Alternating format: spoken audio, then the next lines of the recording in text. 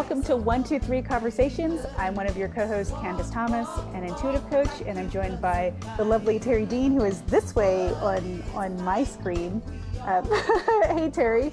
Hi, how are you? I'm good. Terry is a creative entrepreneur with over 30 years experience in sales and marketing. She does like a whole lot of things, which is great. And Terry, you're introducing our guest today, which I'm super excited about. I'm super duper excited too, because we happen to have one of our most favorite people, the glorious, beautiful, wonderful Dr. Andrea Mays.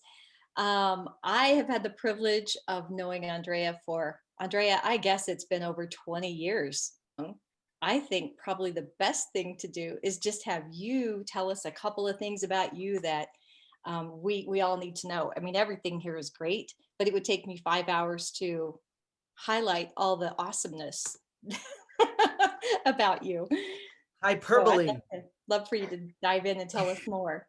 Well, I think one of the things that you said that I think is accurate is I'm somebody who loves film. I love literature. I love people. Popular culture in general is a joy for me. Right. And you know, it's easy to do something that you love.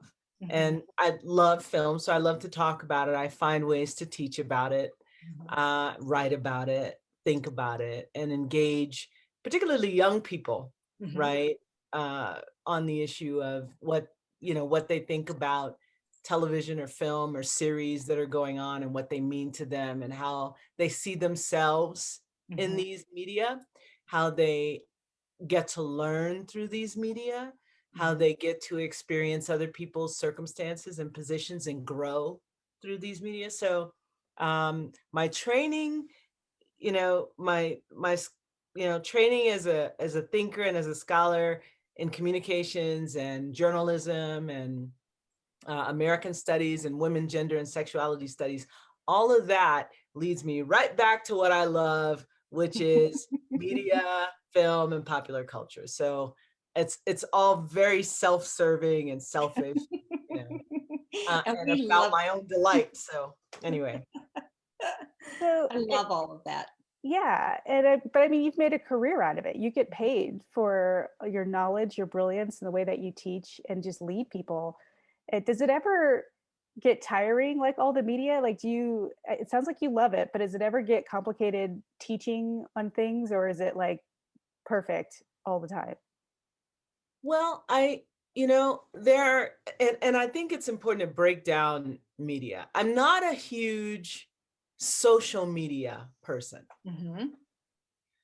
because there is built into certain kinds of social media the necessity or predisposition to have to be responding to constantly what other people are saying or thinking or writing about. And often lately anyway, there's been this nastiness that is an undercurrent that runs through social media, very judgy, very critical, not very self-reflective. It's like people are, thinking out loud. Right. And they have the distance of technology. So they're not always doing it in a way that engages, I think, what are the greatest capacities for human beings to engage with each other, right? In a loving, open, inquisitive way. So social media is not one of my favorites, right?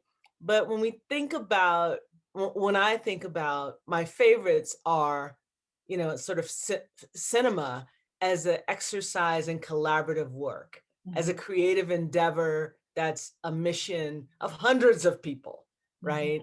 That begins in a story that's sparked by, a person who maybe writes a novel or writes a screenplay or just has an idea and has three friends who are actors who are willing to put that idea on film and get, when I think of film, I think, from starting from indie, small budget, Spike Lee, put my film on a credit card days, right? To the longer projects that take on much more complex subjects on, cable short form series projects that allow for much more diversity and complexity of storytelling now, right? And all of that is about group endeavor. It's about co-creativity. It's about the opportunity to tell a different kind of story. And that is why I like teaching on the subject, because I love consuming it. And I think that it's through this medium that we not only get to see other people's stories, but I think we learn a tremendous amount about who we are, and we get to be ourselves. So, and sometimes a student won't tell you, you know, how they understand themselves or how they're situated or what they're experiencing. But if you give them a landscape on which to examine themselves, against which to examine themselves, they're much more likely to show up around theoretical or critical issues in ways that they would otherwise be a little unafraid. You know, you get the attention off of yourself or your students, and you put it on some other folks. Right. They're a little bit more comfortable with that, right? So it's a great tool in that way. That's super interesting. And I know Candace and I both were able to attend one of your lectures at a film festival where you broke down for the audience how to watch a movie.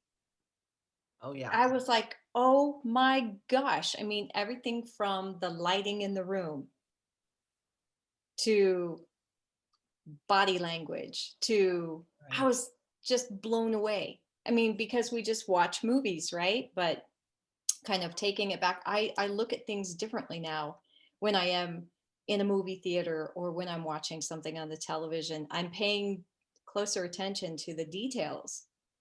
And you offered that to the audience, and I learned so much in that hour that you spent with us.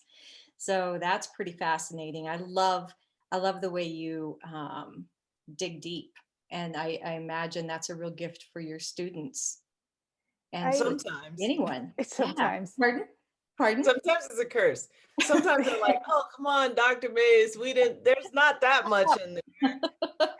And in those moments, it's great. Still, that's great, because there's an opportunity to say, okay, so why do you say there isn't that much? Why do you say that I'm reading too much into it?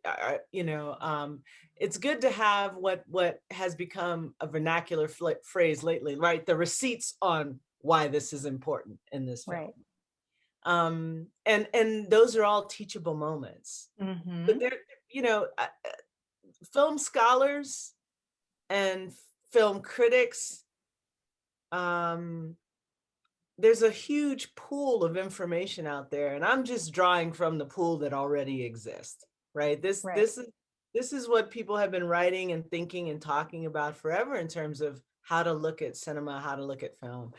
And I'm just, using the legacy. I'm not, and again, back to, if you love something, then it's a lot easier to engage people on it and to sort of savor it in a way that it's also enticing for other people. Right. If you ask me, well, do you think you'd have any interest in, I don't know, gardening? I'd be like, well, no. Right? I mean, I like flowers, don't get me wrong, and I certainly love eating, but one of my sort of crude comments used to be, for folks who'd ask me, oh, you want to go garden? And I'm just like, yeah, I understand the connection to the soil thing. I get that. But my people have dug enough holes in this country. We've done enough gardening. I'm good. I'm paid up for life. I don't need to hoe any more rows. I'm good. And another seed. That's hilarious. Unless it's with regard to how to watch a movie. There you go. Right. I Well, mean, and thank God we don't all like the same things, right? Because if we all were like, vanilla ice cream loving people, there wouldn't be enough of it to go around for all of us. So we all need to, embrace the gifts and things of that nature. So yeah, thank heavens we're all different. Yeah. I'm sorry, Candace, were you going to say something? Well, my mind's just going a billion different things, but I know I have a comment and then a question for Andrea. And the first is, I know when I took a couple of your lectures, and then I watched how you interviewed George R.R. Martin, and that was more, well, you were with him, and it was also the other author, the book I actually have, I haven't finished it, but oh my goodness, I'm going to mess up the name. It was What was his name? Marlon James. Marlon James, who was phenomenal. Mhm. That whole thing was amazing. And I think what I get out of when I watch you talk about film or just art, creativity in general, and interview people, there's this element of when I am watching story or watching a show and I really like it, you've helped me really look at, why do I like this? Like, where is this connecting with me? Or why don't I like this? Like, what do I feel about this thing I'm consuming that is inherently untrue? I remember I watched, I don't understand why a lot of Oscar movies get nominated for things. Like, I just don't like a lot of Oscar. I have it in the past. More recently, yes. But I watched Parasite, and the end of Parasite profoundly, because I'm like, they have it listed as a horror movie on some of the things I stream, and I'm like, why is this a horror movie? But the ending of Parasite was like a gut punch, and it really showed me some of my own limiting beliefs. It was surreal. It was like, whoa. It was like someone lifted this big mirror, and it was pretty heavy, and it was terrifying, the very end of that movie, because it hit something and struck a chord that I could recognize within myself. And I thought about you. I didn't reach out, but it was like, I thought about you. It was like, whoa, this is like one of those, like, I kind of recognize myself in the art I consume. So when you were talking earlier about it's a way where you can sometimes have uncomfortable conversations, or you're safer to hold a mirror to yourself when you wouldn't be able to do so if you were having a direct conversation. I found that I find just story, TV shows, movies to be very powerful mediums. And of course, books and all of those things for that reason. It helps me get a closer connection to myself. And so I'm just wondering, depending on when people watch this, it might be still during the pandemic times, or, America realizing it's racist. Almost for the first time every day, it seems like there's something new, some sort of new thing that America is discovering about itself. But how is, like, film how is that important for people now? Um, is that as important now? Is it more important now than ever? Like, what is going on with the importance of film in our lives at the moment? Well, I think that in general, film and popular culture and, popular cinema in general, popular film is a place that registers some of our deepest concerns and fears and anxieties. I mean, I think, cultural studies, which is one of the areas that I've been trained in, and I've studied. Cultural studies is a way of examining what's in, some would say, the zeitgeist, what's in the ether, what's in the air, what are the political currents, what are the social currents, what we are concerned about. We're creative people who, I believe that, and I'm not saying it in that way that people talk about literature. I'm not doing that. But creative people have this, there's sometimes a hypersensitivity to some of the things that we're all experiencing, and they have the capacity, I think, to channel that in a constructive way to produce our anxieties in a form that allows us to consume them, right? The screenwriters, the filmmakers, the, novelists.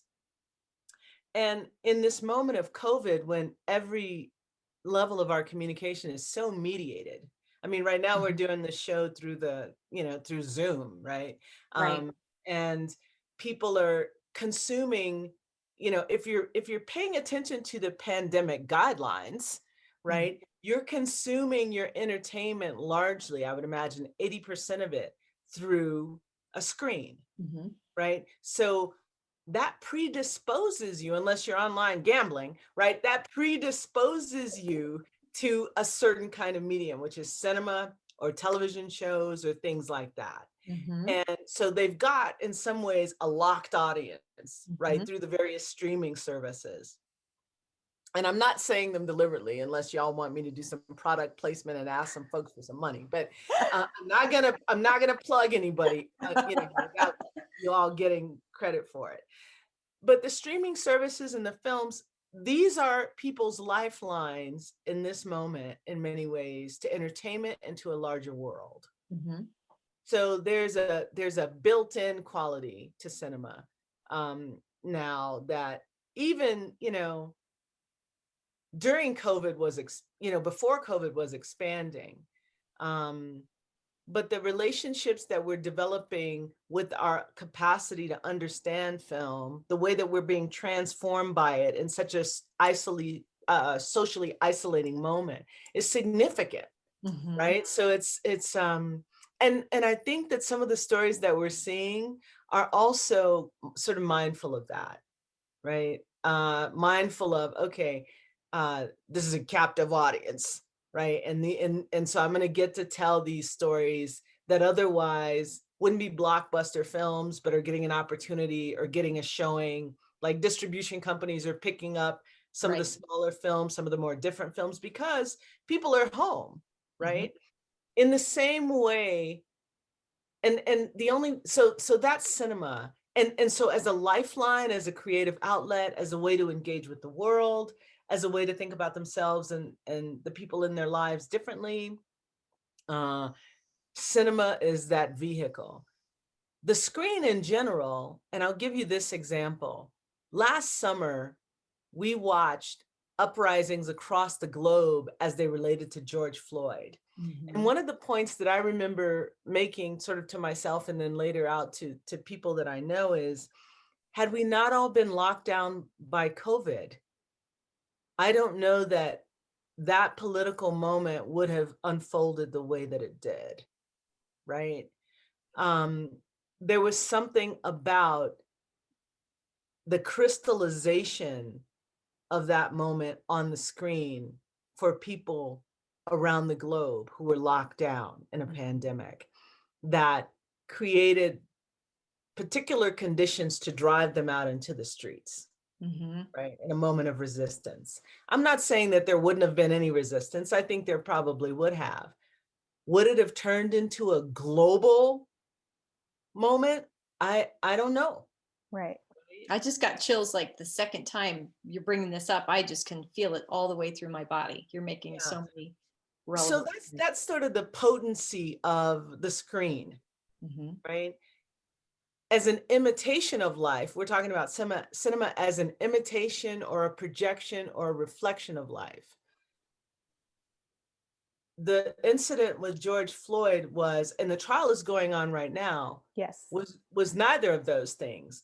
It was life in the moment, in the summer, when people were seeing the limitations of politics and policing and so many things, and feeling, I think, a sort of national moment and a global moment of constraint, and recognizing a fatal moment of constraint in a human being and saying, okay, this is enough, right? So there's a bit of conflation there between, fictional cinema or, sort of loosely based cinema, loosely based on life, and how we have come to understand ourselves as connected and experiencing life through the screen, right? Right. That I think is particular to the moment that we're living in. Right. That's pretty amazing. Yeah. So this might be a little bit off topic, but I'm blown away by this. So for those of you who don't know, for our show 123 Conversations, we have a chat with our guests before we bring them on. And so when we were talking about Andrea, like, what's the thing that's on your heart the most right now?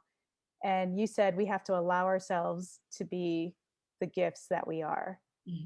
And so would you elaborate more, just for people who are watching, what you mean by that, the statement of we have to allow ourselves to be the gifts that we are? And like, I know that there was levels to it. We want to hear everything about that. Like, tell us more. Well, one of the things that I've been really coming to terms with personally lately and thinking about lately is, the ways that I don't always acknowledge the gifts that I have, that I bring, that I can be, and that are, that are around me in my friendships and my relationships and my family and my, there's a saying that a friend of mine has: don't block your blessings, right? This is, yeah, some of you may have heard this phrase, but, and that is an important way to think about it. But also, in order to like fully recognize our purpose, I think we have to start with an understanding of everything from the basics on as a gift that we have, right? We all have different capacities and abilities. We're all, fairly functional folks, but then there's other things that we have that are gifts. And one of the things that's been interesting to me as someone who teaches students, um, I, the and gets feedback from students in the pandemic in particular, right? Is the moments where something that you're doing or something that you're saying or something that you're helping or facilitating or working on, and you throw it away as like, this is just me being me, right? Or this is just, this is what you're supposed to do. This is what they're paying me to do. But we have no idea of how people are perceiving those things Right. as gifts, right? Um, and, and I'm often sort of taken aback by how students will say, thank you for this. It really meant something to me. But also being open to recognizing, looking around and recognizing when people are showing up as gifts for you, right? Recognizing, it is just this one thing that someone said to me that transformed my day or my thinking or my experience, right? So being open to the gifts that we are and being open to the gifts that we have and the gifts that people represent in our lives is, I think, one of the most important and, most healing things we can be in a moment where so much is about what's not right, right? What we don't get, Right. what's problematic, who's trying to cancel what, and it's like, but there's still so much room to maneuver in terms of a sense of recognition about what we do have and what is available to us, and what we can in ourselves based on our experiences tap into and use, the capacities that we have, which are tremendous. I mean, we have tremendous capacities as human beings. And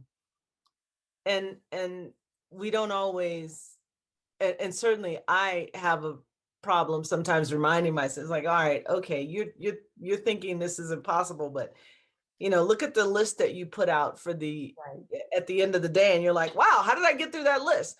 There are days when I only get through one thing on that list, but I'm reminded on those days when I get through 6 things on that list that, you can do this, That's right. We're so quick to just discount, our accomplishments. It's like, oh man, I didn't get that done. But just Right. like you said, Andrea, then you look and you go, well, I did this. No wonder I didn't get to that one. Right. I got these And other just 8 start things done. there.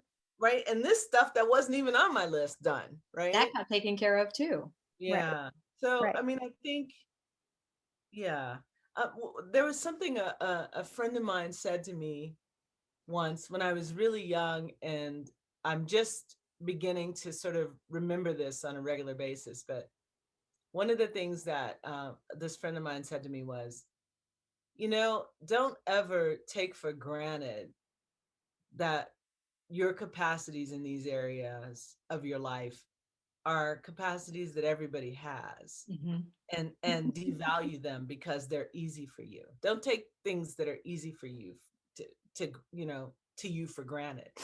And at the time I didn't really get that, and lately I am beginning to understand that, and hopefully help some of my students understand that. Right. It's like yeah. So That's really beautiful. And I think too, the people, professors, teachers, anyone that we're sitting in a classroom environment with, we just don't know the impact, or as an instructor, you may not know the full impact, of how a person is being affected, influenced, inspired, and then where they're taking that next piece of what you've shared with them. And I believe it's the Maya Angelou quote where it's like, you don't know, like casting the stone in the water, and the ripples and the effect generations beyond us will be long gone. And there will be people who have probably sat in one of your lectures, Andrea, that will move forward with some sort of inspiration or nugget that you've shared with them and move that forward. So it's really That beautiful. You're in a great place to impact, right? Candace is doing this. Yeah, like that would be me for Yeah. sure. Yeah. I mean, and I've just been in a couple. I wasn't even one of your students like long term, but I think about film differently after Mhm. being in your workshops. And I really do like, oh man, um I really like it. It really, for me, it is a vehicle and it's very useful. It's entertaining too as well, but it's like, oh, another opportunity to learn more about myself or to get whatever inspiration or hope or motivation I need to keep moving forward, you know? So yeah, your ripple effect, very real. Sorry to interrupt you, Terry. Oh, that was not an interruption at all. Not at all. Not at all. Yeah. I mean, we're all teachers, Mhm. right? I believe teaching is an omnidirectional process, right?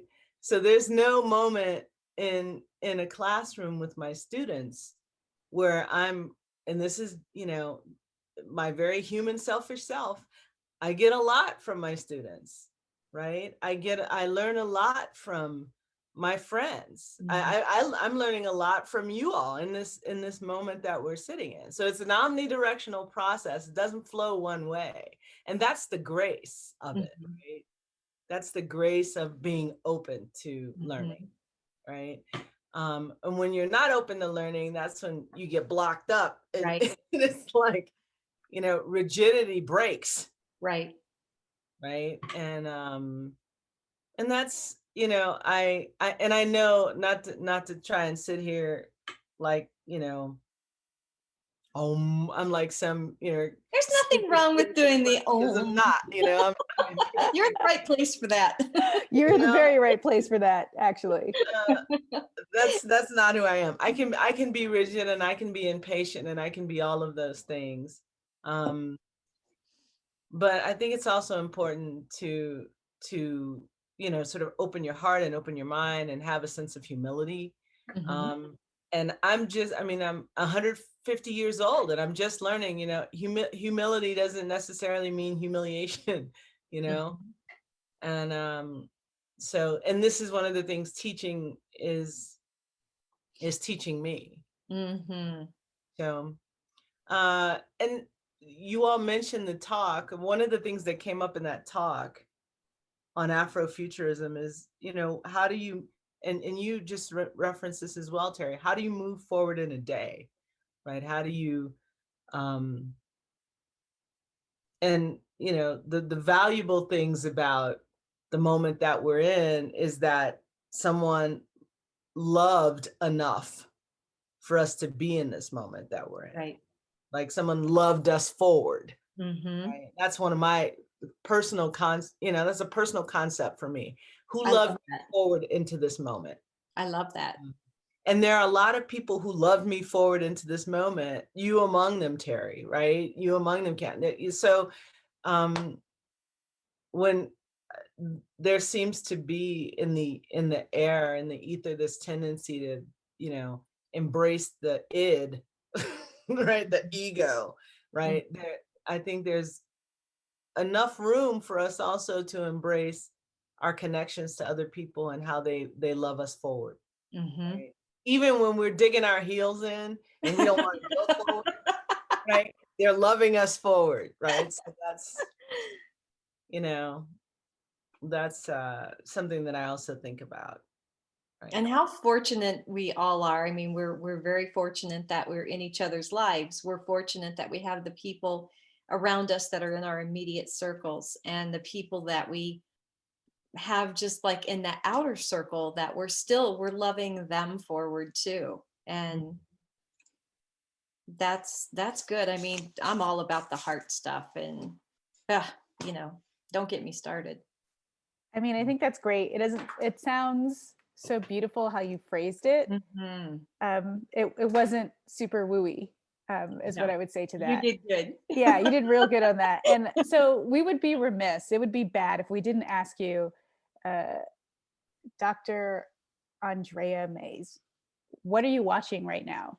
What are Yeah. you, what are you enjoying at the moment. And I like how you say cinema. It makes me feel a little bit smarter, I have to say as well.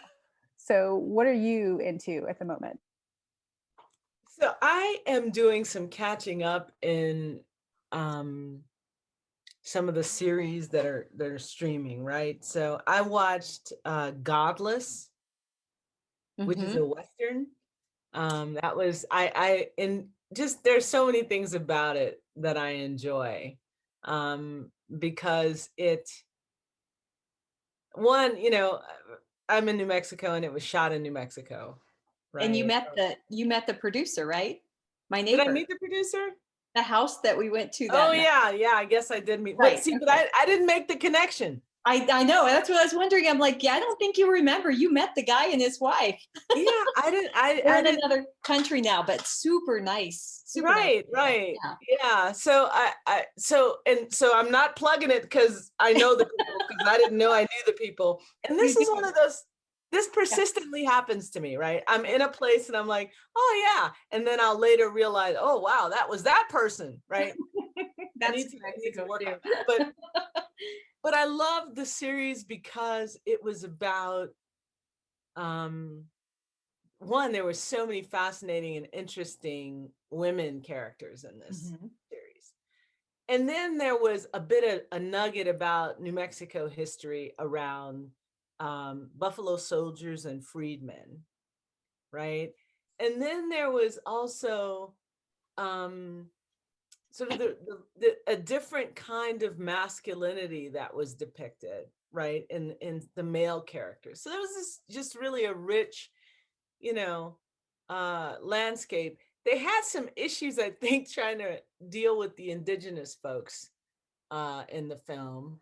I, but it made me pause and go, well, like, what would have made this better, right? So it presented an opportunity to say, yeah, there's some ways that we could have dealt with this a little differently, and perhaps in the future they will seek to do so. That Mhm. would be my question, my comment about that. But that's one of the series I'm really enjoying. I just saw I Care a Lot. Mhm. I haven't Which watched it isn't a yet. I want series, it's that's just on the list. Rosamund Pike is deliciously evil in this. Um, she's deliciously evil, and and and it has some issues too. But the other character, I mean, I think Isa Morales, who plays opposite to her, and if I'm butchering her last name, I'm terribly sorry, but she's wonderful as well. But the person who I absolutely adore and who hasn't gotten enough attention in this role, and I think it has something to do with ageism Oh. in cinema, and especially when we cast characters who are more sort of normatively amenable with characters who don't fit into the the ideal demographic. Diane Weist is Mm. in this movie. And, Brad Pitt has said, I've read several times, that Diane Weist is one of his favorite actresses. She's one of mine too. If you haven't seen Parenthood, like the original Ron Howard film, she's Uh-huh. amazing in Okay. Parenthood and in everything subsequent to Parenthood that she's been in. But in this, she is fabulous as a both wronged elderly person who finds herself in the custody of a predatory, sociopathic, money hungry lunatic who is Rosamund Pike, right? Um, but she's also in that vulnerability, she's great, but she's also just, there's another layer she's playing that's steely, that is also every measure the match of Rosamund Pike's evil character that has not gotten any attention, and I'm just kind of pissed about that. I'm like, this is Diane Weiss does an amazing job in this movie, and I'm kind of pissed about it that she hasn't gotten the acknowledgement that she deserves. Um, this movie also provides some opportunities to think about the system of care for elderly people wherein the vast majority of people whose care these folks are placed in are women and people of color. And the vast majority of the people in care are upper middle class white folks. Right? So what does this say about the distribution of wealth and dissemination of another chapter of one's life, right? It's like, you know, Latino, Black, and Asian people get old too. Right. They won't be in these facilities. Right. You know, I don't know, just think about, you know, as I was watching it, I was like, this is a particular kind of narrative, right? This is a valuable story, but this is a particular kind of narrative of aging in America that's problematic. And it's problematic not only within the context of this narrative, it's also problematic within the reality of mortality rates, of attention to who actually has access to healthcare, who can be scammed because they have wealth that can be scammed, right? Even in the exploitation, there's a racial demographic that breaks in a way that reveals America's disparities. Right. So, and that's the way I think about cinema, right? And this is like, okay, what is this telling me about where we are in this moment? I love that. It's really important though to have the conversation and to talk about it, because there are some people, it's probably just like way over their heads. They're not even thinking about that when they're watching a movie, because they're not looking at it in, it's just like an inaccurate, accurate depiction. So I love cinema because I love cinema, but I also love cinema because it gives me an opportunity to sort of affirm some of the things that I think about what's going on, you know, and how they are reflected in movies. Right on. And we're hearing more today about like representation. Thank heavens. People are finally talking about it. It's like, yeah. Well, we're being forced to talk about it, I think, because of how we are being represented. Right? Like the last, pardon my French, but the last 4 years have been hell, right? Last 5 years actually, you know, if I'm counting, the last like 30, but okay, then I'm telling my age, right? I've been paying attention that long, right? You were 22. Accelerated child. but this notion of you know, where we are and what's, you know, what's been reflected in the media has been, you know, just, you know, it's like, wow, yeah, we should be paying attention to this. Right. It is a luxury for those who are saying, oh, you know, why are we making everything so heavy? My thing is, it is a luxury to be able to look at the world and see only the light. That means you're in a privileged. Wow. Wow. Right? Is that a quote by you? We should make the quote. That's a quote by me. Yeah, it's a quote by me. Anyway. So I have a question too, since we've talked about kind of what you're streaming. I'm just curious. And I first of all, let me just say, I love watching you talk about what you're watching. Your entire energy, just like, you're so happy. You love it. And I know, because I've been in these conversations with you and they just go on because you're so lit up. But what is your all-time favorite movie? My all-time favorite movie? I know it might be a big, hard question because I know you love so many different. Yeah, I mean, because really, literally, I have them filed in genre, right, decade. Maybe first thing that drops in. The first thing that drops in. I mean, and then there are circumstances under which I watch these movies that, you know, like this is my go-to when I'm sick movie. Right. This is, you know. So I don't, you know, Would it help if we give you like a top 5? Yeah, I can, you know, and then we're talking about occasion and so my top 5 movies. I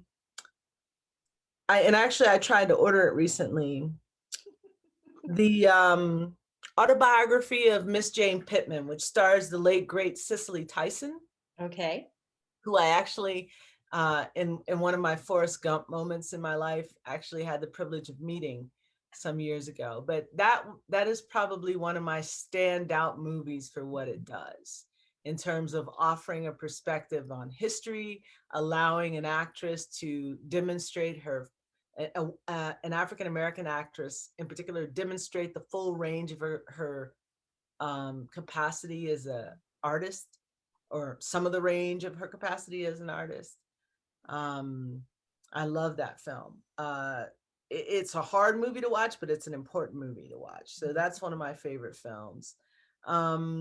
Another of my favorite films, believe it or not, is Out of Africa. And there are a number of reasons for it, which have everything to do with me watching the director's notes after having watched it like 5 times, and then watching the director's notes and go, oh, this is why this works. But it's one of my favorite films because it is one of the first movies that sort of put on a radar for me romantic tragedy, right? And it is a romantic tragedy.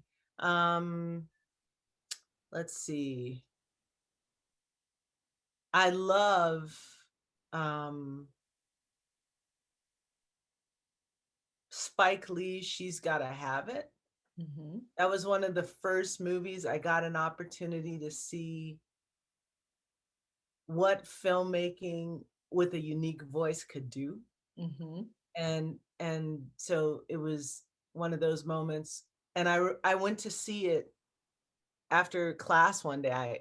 Some friends of mine in the Art House Theater in Chicago, and I just thought it was mind-blowingly good in what he did, how he did so much with so little, right? In terms of storytelling, but also because I recognize the people in the story. Right. Yep. And it was accessible in that way. And I think Spike Lee as a filmmaker is pretty unparalleled in terms of what he does with his voice. Right. So I think that, so what am I on, 3? See, Yes. this is taking too long. Okay, so and no pressure. I mean, you could even stop at 3 if you want. oh, and I have the other 2. Good.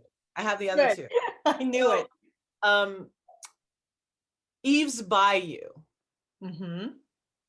is hands down one of my favorite films of all time. Cassie Lemons, what she does in that movie in terms of showcasing the complexity and the beauty of Black women and relationships between Black women, and the complexity of family, right? The notion of memory and historical haunting. I love that movie for those reasons. And in terms of like politically aware, responsive cinema, I really appreciate what Ava DuVernay did with 13th as a documentary, which I would categorize in purpose, intent, and illumination as one of the most important American studies cinema moments.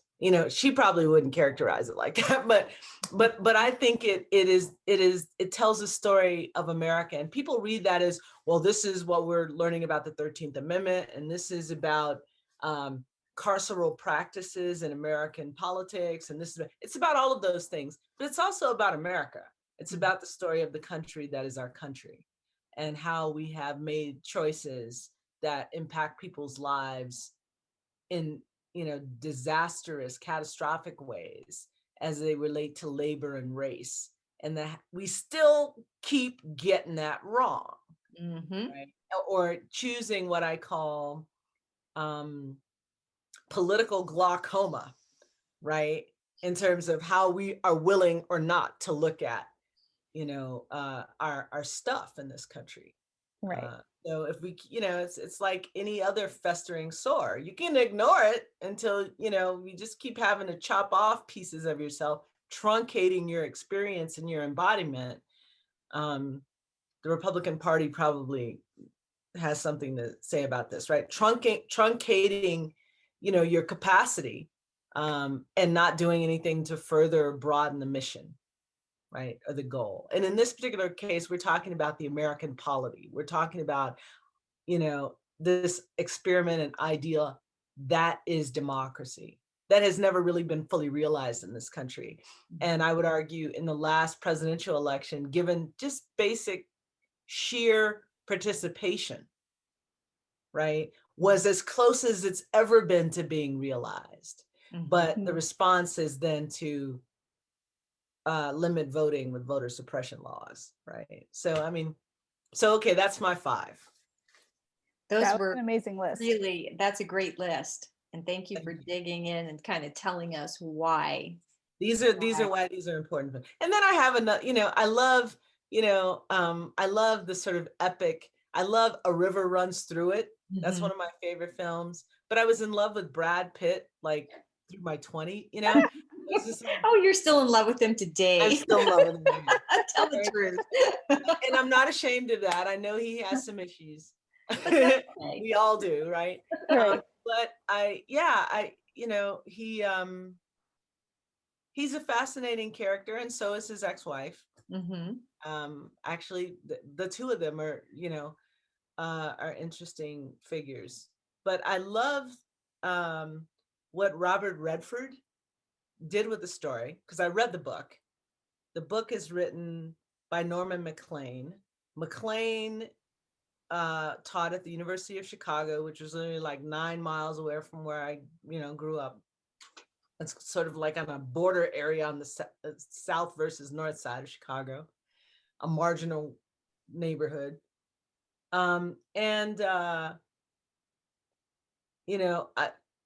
There's a line of my family that's from a Maclean, right? So this interesting interracial part of what I call America's braided racial narrative, and understanding Scots immigrants is a part of Black people's story in this country too, because many of the overseers in this country were from Ireland or Scotland, right, during slavery, and understanding why so many Black people have these names that are like, McLean or Jackson or, O'Reilly, or, it's like, yeah, it was because it's a braided history.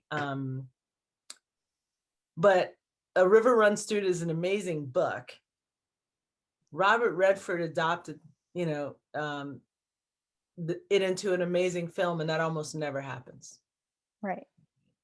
So, and it's a story that resonates with me because my little brother, who passed away many years ago now, who died many years ago now, was that golden boy. Right. And there's a line in the movie that says, why is it that we aren't able to help the people that we love most sometimes? Because, maybe it's what we're offering. They don't want it from us, or we just are at a loss. So even the depth of our love is not enough to rescue people from their demons, which, are bigger than them and bigger than us. And we still have to, again, this is the theme, love them through that, right? And love ourselves to the degree that we need to, recognizing the limitations that we have with folks. So, wow. Well said. I think on that note, oh my gosh, we have to have you back, and we have to kind of keep this moving. Absolutely. You bring such enlightenment to the conversation, Andrea. Thank you. Well, thank you. Well, I think it's actually what my mother would have called diarrhea of the mouth, but okay. I learned a few words today too, so I've been taking notes. I felt a little bit smarter with cinema, and now I feel regular again with diarrhea of the mouth. I'm like, all right, interesting. Okay, cool, Andrea, cool. How can people get a hold of you if they want more information about your programs or workshops? What's a good way for them to connect or see more about what you're doing? They can email me at Andrea Louise Mays @gmail.com. Or yeah, that's primarily the way to get a hold of me. I mean, I'm on the website at UNM because I'm a lecturer at UNM, and contacting me through that venue is fine as well. But I'd prefer that they contact me through my personal Gmail account. So Perfect. Oh. Yeah, I can't hear you either. Candace, your mic is off. It is off because I have a wailing cat. I'm trying to work around the wailing cat in the background.